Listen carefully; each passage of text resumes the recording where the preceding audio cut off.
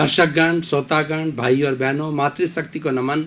Channel 24 plus news के खास, विशेष, मनमोहक, अच्छा इंसान बनाने वाला और सुसंस्कार देने वाला और हमारे जीवन में परिवर्तन लाने वाला और हमें एक अच्छे नागरिक के रूप में प्रस्तुत करने वाला मनमोहक कार्यक्रम में आप सभी का हार्दिक स्वागत है, अभिनंदन है, सत्कार है। पुनरुत्थान एक ऐसा कार्यक्रम है जिसके अंदर व्यक्ति को अच्छे अच्छे टिप्स दिए जाते हैं, स्वास्थ्य के संबंधी, गुणों के संबंधी, व्यक्तित्व विकास के संबंधी, शिक्षा के संबंधी, धर्म दर्शन के संबंधी। हम प्रतिदिन नए नए विषयों के साथ में प्रवेश करते हैं। तो इसी क्रम में आज का हमारा बहुत बड़ा सुंदर विषय है वरिष्ठ नागरिक अनुभव का खजाना। दर्शकगण, श्रोतागण, भाई और बहनों, यहाँ पर दो शब्द है, एक वरिष्ठ नागरिक और दूसरा अनुभव का खजाना। हम एक एक को परिभाषित करेंगे और बात के अंदर निष्कर्ष पर आएंगे कि वरिष्ठ नागरिक किस प्रकार अनुभव का खजाना होता है। सबसे पहले वरिष्ठ नागरिक किसे कहा जाता है? हम वेदों से चलते हैं। वेदों के अंदर जो अवस्था प्राप्त व्यक्ति होता है, वृद्ध व्यक्ति होता है, बुजुर्ग व्यक्ति होता है, प्रौढ़ व्यक्ति होता है, उसको वरिष्ठ नागरिक कहा जाता है। वहाँ पर वरिष्ठ नागरिक पहले शब्द नहीं था, लेकिन वहाँ पर वृद्ध जन को कहा जाता, तो अनुभवी व्यक्ति को वरिष्ठ नागरिक कहा जाता था। उसके बाद के अंदर उपनिषद देखें, पुराण देखें, स्मृतियाँ देखें, त्रिपिटक देखें, आगम देखें, सभी हमारे भारतीय ग्रंथ है, उसके अंदर वरिष्ठ नागरिकों को शुरू से परिभाषित किया गया है और उसको समाज के अंदर बड़ा ऊंचा स्थान दिया जाता है। उनको आदर की नज़र से देखा जाता है क्योंकि वो अनुभव प्राप्त होते हैं। वरिष्ठ नागरिक के लिए कहा जाता है कि वरिष्ठ नागरिक एक तरह का अम्ब्रेला का काम करता है। जिस घर के अंदर वरिष्ठ नागरिक होता है वह घर जो है वो एक फुलवारी की तरह होता है, एक स्वर्ग की तरह होता है, क्योंकि उसके अनुभव से समस्त दूसरे जो है छोटी उम्र के लोग हैं, बच्चे हैं, युवा है, प्रौढ़ है, उसका लाभ लेते हैं। भारत सरकार ने वरिष्ठ नागरिक की अभी परिभाषा दी है 60+। जितनी भी गवर्नमेंट्स हैं, चाहे स्टेट गवर्नमेंट्स हैं, चाहे जो हमारी सेंट्रल गवर्नमेंट है, चाहे प्राइवेट कार्य करने वाले हैं, सभी जो है 60 वर्ष की उम्र के अंदर व्यक्ति को कार्यभार मुक्त कर लेते हैं। इसका एक बायोलॉजिकल जो है ना इफेक्ट भी है कि 60 इयर्स तक ये जो बॉडी है कार्यशील रहती है और 60 के बाद के अंदर बॉडी के अंदर वीकनेस आ जाती है, उसकी एफिशिएंसी डाउन हो जाती है, स्वास्थ्य भी अच्छा नहीं रहता है, तो उसको कार्य मुक्त कर दिया जाता है। तो 60+ को वरिष्ठ नागरिक कहा जाता है। और आज तो भारत सरकार ने वरिष्ठ नागरिक को इतना प्रसिद्ध कर दिया है कि हर तरीके की सुविधा दी है, रेलवे के अंदर, पोस्ट ऑफिस के अंदर, बैंक्स के अंदर और हमारी जो है फ्लाइट्स के अंदर, यानी जितनी भी पब्लिक फैसिलिटीज़ है उसमें वरिष्ठ नागरिकों को हर तरीके से रियायत दी है। बैंक के अंदर कोई पैसा जमा कराया जाता है तो वरिष्ठ नागरिक को ब्याज ज़्यादा मिलता है। वरिष्ठ नागरिकों के लिए सभी सरकारों ने अलग से किसी एक रेगुलर लाइन में खड़े रहने की बनिस्बत अलग से लाइन लगाने की हिदायत दे दी है, क्योंकि अगर लाइन लंबी हो तो वरिष्ठ नागरिक लंबे समय पर खड़ा नहीं रह सकता। और कुल मिलाकर बात यह उसको सम्मान दिया गया है। वृद्ध जनों को आगे लाने के लिए सारी योजनाएं बनाई है और ये नहीं है, भावी सारी योजना है जो वरिष्ठ नागरिकों को केंद्र में रख करके बनाई जाती है। मैं उदाहरण के तौर पर बताना चाहता हूँ कि आज जितने भी रेलवे हैं, स्टेशंस हैं, उन सभी स्टेशनों के ऊपर जो है वो जैसे ऊपर चढ़ने के लिए जो है वहाँ पर एलिवेटर्स लगाए जाते हैं, लिफ्ट लगाई जा रही है या टेपर स्थान किया जा रहा है, ताकि वरिष्ठ नागरिक जो है आराम से है तनाव मुक्त होकर के और वह ऊंचाई पर चढ़ सके। चाहे फ्लाइट की अवस्था हो, चाहे किसी की भी हो, चाहे हॉस्पिटल्स हो, सब में ये सुविधा जारी की जा रही है। ये वरिष्ठ नागरिकों को बहुत बड़ा सम्मान है। अब प्रश्न आता है कि वरिष्ठ नागरिक अनुभव का खजाना किसे है? अनुभव जो है वो अभ्यास करते करते आते हैं। Practice makes a man perfect. जो है करत करत अभ्यास के जड़मती होत सुजान, रसरी आवत जान के और सल पर पड़त निशान। यानी प्रैक्टिस करते करते व्यक्ति को अनुभव प्राप्त होता है। अगर रेगुलर एक रस्सी जो है पत्थर पर भी चलती है तो पत्थर में भी छेद कर देती है, क्योंकि वो रेगुलर कंसिस्टेंसी है, बार बार आती है, वो अभ्यास करती है, इस कारण होता है। उसी तरीके से अगर मनुष्य हर बार अच्छी लाइन का अभ्यास करता है तो अच्छा पारंगत हो जाता है। आज मैं आपको एक राजनीतिक उदाहरण देना चाहता हूँ कि वर्तमान में हमारे जो भारत के माननीय प्रधानमंत्री नरेंद्र मोदी हैं, वो स्वयं एक वरिष्ठ नागरिक है।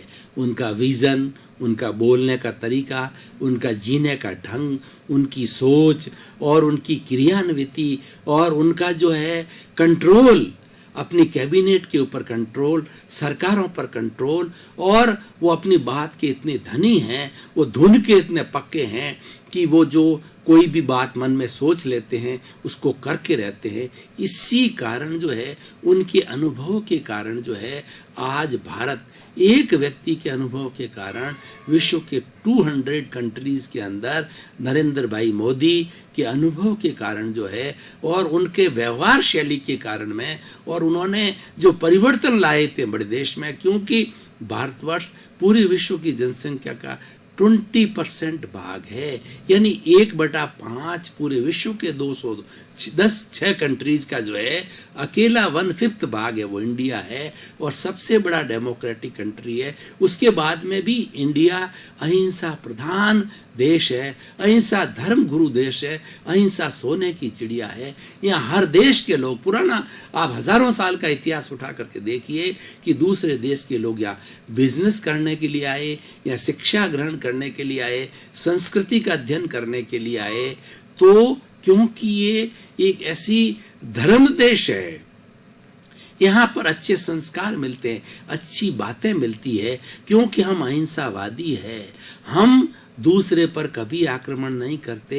हमारा प्रारंभ से हमारे ऋषि मुनियों ने हम लोगों में ऐसे ब्लड में संस्कार डाल दिया है कि हमको किसी पर चलाकर आक्रमण नहीं देना है। हमको ये शिक्षा बचपन से दी जाती है कि प्राप्त मन वचन काया से जगत के किसी भी प्राणी का किंचित मात्र भी दुख ना हो, दुख ना हो, दुख ना हो।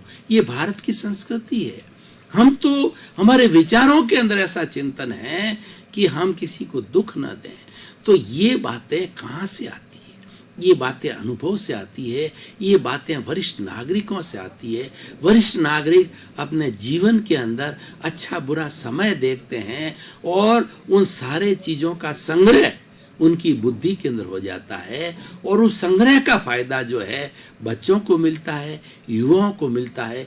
एक अगर वरिष्ठ नागरिक है, वो इतना अनुभव होता उसके पास में कि वो वरिष्ठ नागरिक देखता है कोई भी कार्यकलाप चल रहा है, युवक का या बच्चे का चल रहा है, उसके चाल चलन से जो है वह ये भविष्यवाणी कर देता है कि ये बच्चा आगे जा कर के अच्छा बनेगा या बुरा बनेगा, या इस युवा को जो है कठिनाई आ सकती है या इस युवा को लाभ मिल सकता है, क्योंकि उसका अनुभव बोलता है।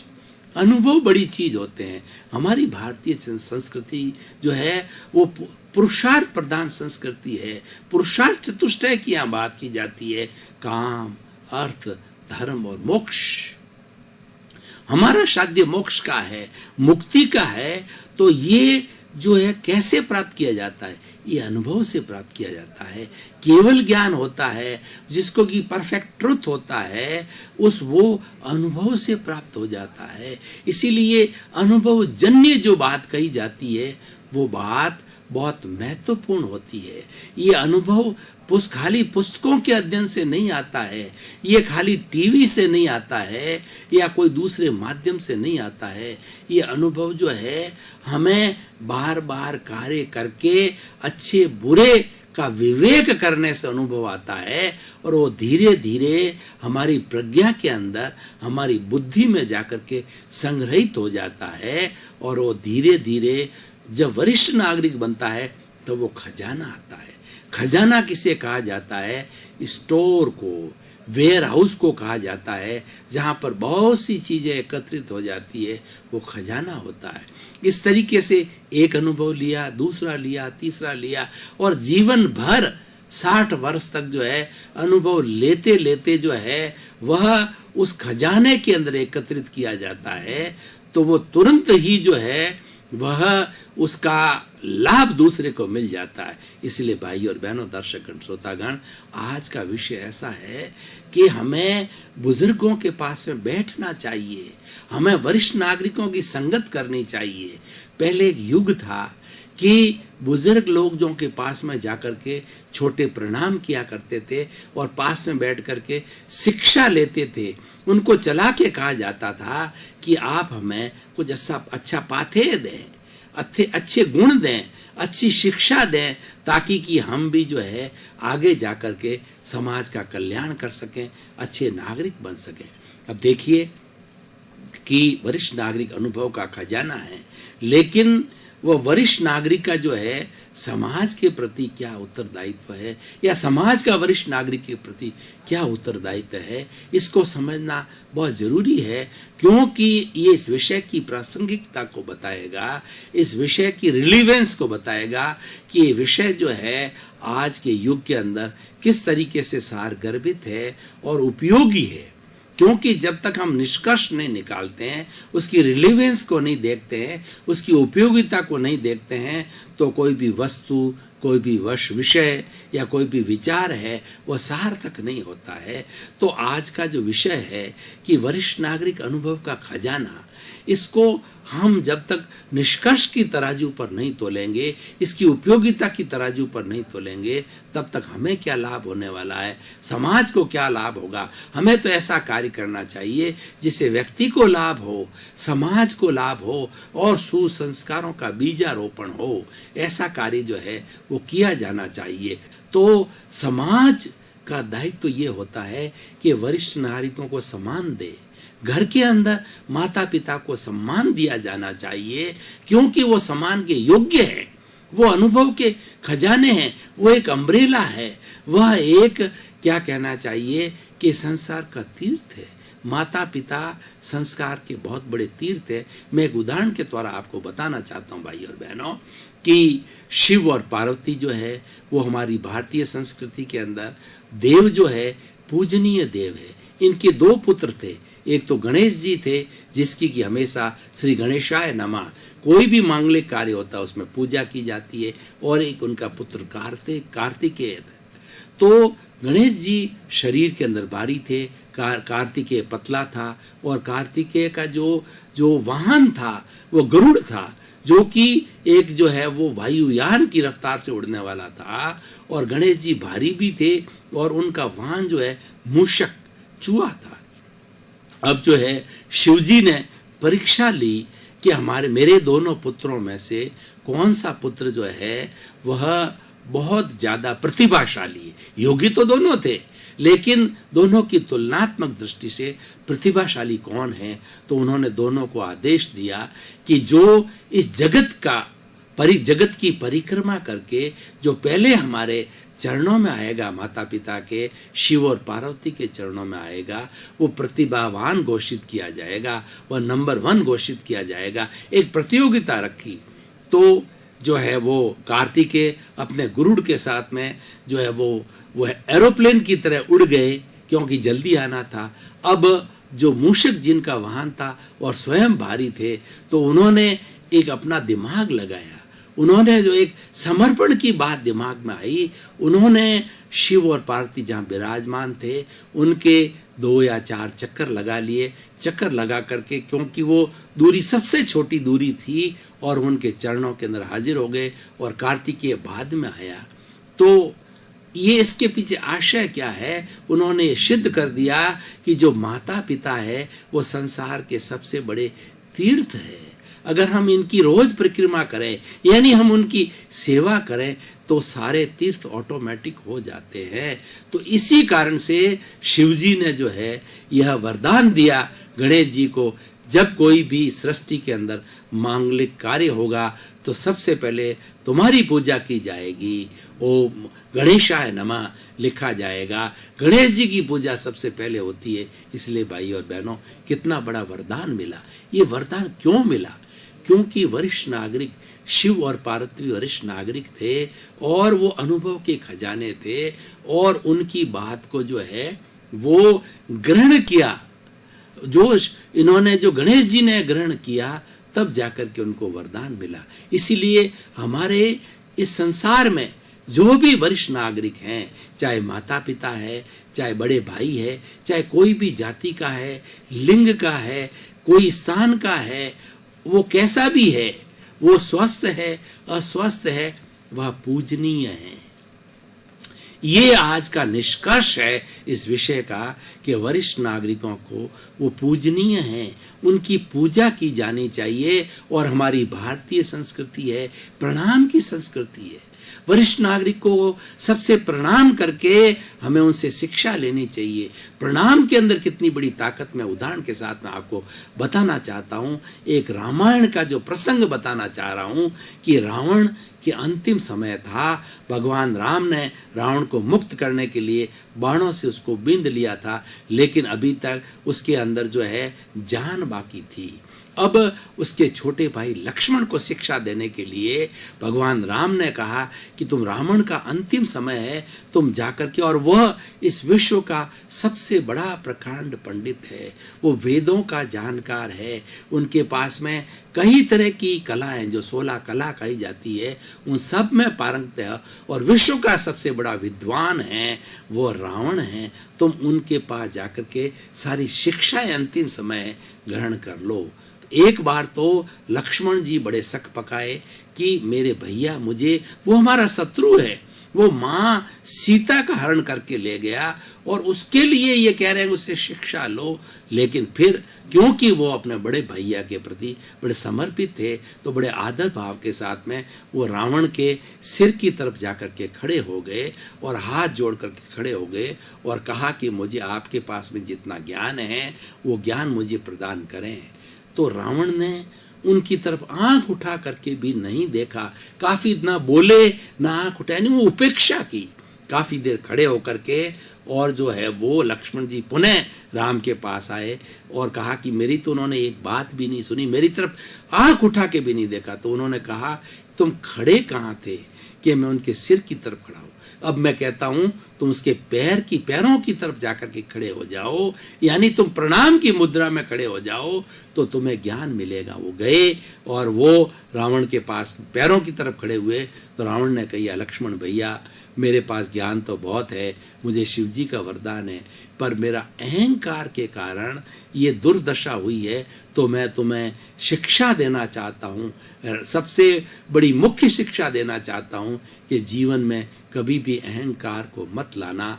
जैसी मेरी दुर्दशा हुई, किसी अन्य की दुर्दशा नहीं हुई, जीवन अहंकार शून्य होना चाहिए। इस तरीके से वो शिक्षा ग्रहण के पीछे, इस बात के पीछे शिक्षा क्या है कि हमें जो है वरिष्ठ नागरिक हैं वो पूजनीय हैं, उनको प्रणाम की संस्कृति, हमारी प्रणाम का हम अगर विश्लेषण करें वैज्ञानिक दृष्टि से, तो प्रणाम करने से उसके पास जो ऊर्जा है, उसके अंदर इतने भाव अच्छे आते हैं कि वो अच्छी ऊर्जा, अच्छी शिक्षा जो है हमारे में ट्रांसफर होती है, क्योंकि हम उनमें भी चेतना है, हमारे में भी चेतना है। वो आशीर्वाद देते हमें, और आशीर्वाद बहुत बड़ा फलवान होता है। माँ का आशीर्वाद जो है ना, एक बहुत बड़ा हमारी भारतीय संस्कृति के अंदर स्थान रखता है, और इसकी बहुत बड़ा महत्व है कि माँ का आशीर्वाद मिला, पिता का आशीर्वाद लिखा, बुजुर्गों का आशीर्वाद लेना, ये आज के इसका निष्कर्ष है। अब भाई और बहनों, हम दर्शकगण, श्रोतागण, थोड़ा हम देखें कि हमारी संस्कृति बिगड़ती जा रही है। पाश्चात्य संस्कृति हमारे पे हावी हो रही है। पाश्चात्य संस्कृति के अंदर प्रणाम की संस्कृति, सम्मान की संस्कृति वो जितनी हमारी भारत के अंदर है उतनी वहाँ संस्कृति नहीं है। वो हेलो हाय की संस्कृति है और हमारी जो है प्रणाम की संस्कृति है, नमस्ते की संस्कृति है हमारी। हम हेलो हाय नहीं कहा करते हैं, हम कहते हैं स्वागत कहते हैं, हम प्रणाम कहते हैं, जय जिनेंद्र कहा जाता है, श्री राम कहा जाता है, श्री कृष्ण कहा जाता है, भगवान का नाम लिया जाता है, हाथ को जोड़ा जाता है, नमन किया जाता है। ये हमारी विशेषता है। तो इसीलिए आज सारी तकलीफ़ें क्यों हो रही है कि आज का बच्चा, आज का युवा, आज का प्रौढ़ जो है वो अपने आप को बहुत बड़ा अहंकारी मानता है, इगोस्टिक हो गया है। हर एक ये जानता है कि मैंने तो बहुत प्राप्त कर लिया। अरे भैया, फेसबुक से और आपके व्हाट्सएप से, इंटरनेट से, गूगल से, पुस्तकों से ज्ञान किया है, वह पुस्तकीय ज्ञान है। असली ज्ञान तो वरिष्ठ नागरिक अनुभव का खजाना है। असली ज्ञान अनुभव में है। अगर अनुभव जन्य एक महात्मा, हम सत्संग में क्यों जाते हैं, किसी महात्मा के मुंह से अगर एक भी शब्द जो है हमारे चित्त को छू जाए, हमारी आत्मा को छू जाए, तो हमारा कल्याण हो जाता है और होता भी है। दर्शकगण, श्रोतागण, भाई और बहनों, आपका बहुत बहुत साधुवाद, आपको धन्यवाद। आप प्रतिदिन कार्यक्रम को देख रहे हो और ये टॉक ऑफ द टाउन बन रहा है, लोगों में परिवर्तन आ रहा है और सोसाइटी के अंदर चेंज आ रहा है। और हमारे इस कार्यक्रम का उद्देश्य यही है कि समाज के अंदर नव चेतना को लाना, जगत का कल्याण करना, सभी जीवों को सर्वे भवन्तु सुखिनः सर्वे भवन्तु निरामया, सभी जीव सुखी रहे, आनंदमय रहे। इसी क्रम के अंदर आपका जीवन आनंदमय हो, सुखमय हो और धर्ममय हो और खूब आप जगत का कल्याण करें, समाज की सेवा करें। आपके प्रति मंगल भावना शुभ।